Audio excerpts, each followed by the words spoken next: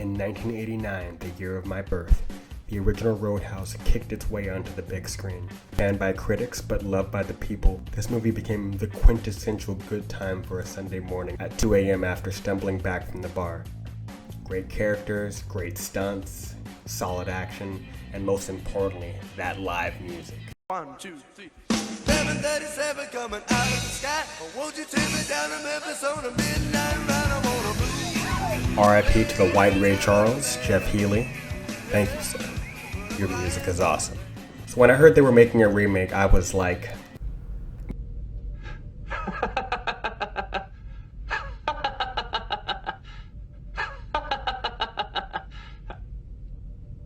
But when I heard it was going to be directed by Doug Liman and starring my boy Jakey Poo, Jake Gyllenhaal, my ears perked up.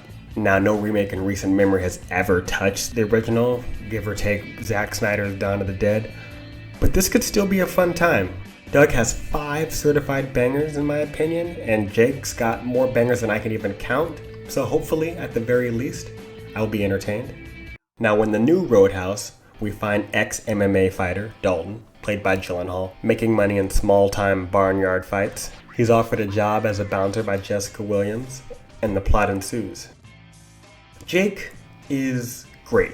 I mean, he's always great, adding depth to a character that wasn't in the script.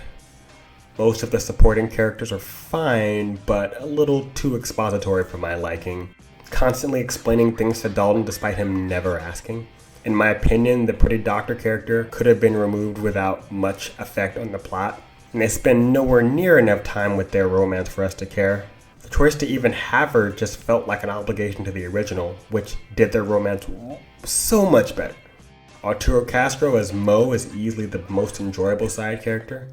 His part is small, but we all know what Konstantin Stanislavski said about owning a role no matter how small. Speaking of owning a role, let's talk about the Notorious, the Mystic Mac, the walking embodiment of a Dropkick Murphys song, the acting debut of one Mr. Conor McGregor. Now, is he good? Yes and no.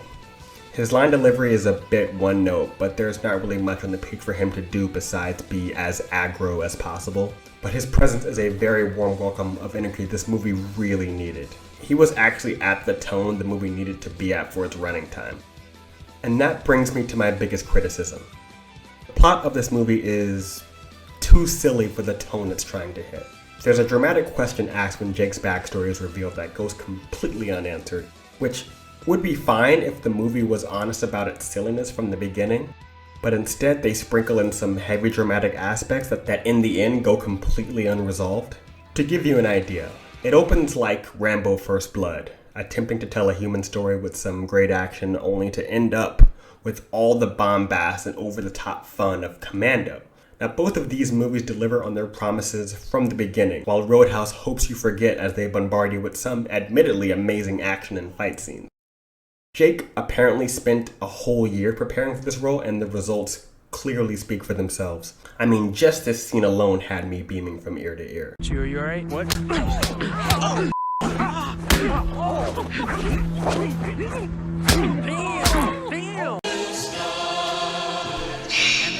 Now, most of the fisticuffs are shot in glorious wides, with a lens I can only describe as wide and slightly fishy-eyed. The hits look great, if not a little artificial. Maybe some green screen was used. There's definitely some visual trickery afoot, and I can't quite put my finger on it. That being said, there's definitely a freshness to it, something innovative that makes me think we're on the verge of a new style of action. Before I get to my rating, I want to take a trip to a spoiler light section called What They Should Have Done Was. First on the agenda is the bar owner's motivations. It's revealed that all the fighting at the bar is an attempt to get the owner to give up and leave town after refusing to sell the land to the big bad guy who wants to build. Insert big rich guy stuff here. The owner's reason for not selling should have been character-based, like maybe it was an important family heirloom, or maybe she wanted the bar to be a safe haven for the town to escape to and decompress from the troubles of life, a la Cheers. But no, that would make the bar an integral part of the story, and all that character building would be way too much work. And one more thing? When it's revealed that Jake's character did something truly vile in his last professional fight, the movie does absolutely nothing with it. I know who you are. Elwood Dalton. Big fan, man. Nobody's afraid of him despite his actions warranting fear and unease. And when the pretty doctor finds out, instead of, staying as far away from him as possible, she takes him on a date. Why? Because they hook up in the original. Because that's what the people want. Because that's what remakes are. Just old bands playing the same songs over and over again, but this time with modern production, because we all know modern covers are way better than the originals. Alright, rant over. All in all, this was a breezy watch. Nothing special outside of the action scenes, but it was enough to keep the film afloat. All the live music was good, and a welcome carryover from the first. However, that 80s filmmaking, oh so blasted 80s filmmaking, for better or worse, it just gave the original so much personality. And when they made the remake, they stripped all that problematic 80s content out of it. But they forgot to replace it with something else. So, while I wouldn't recommend showing women getting punched in bar brawls or having them objectified in every other shot, a movie will never, ever be remembered for how inoffensive it was. And for that, I'm gonna give Roadhouse a C-. If you like, hit the likes, please subscribe, and stay tuned.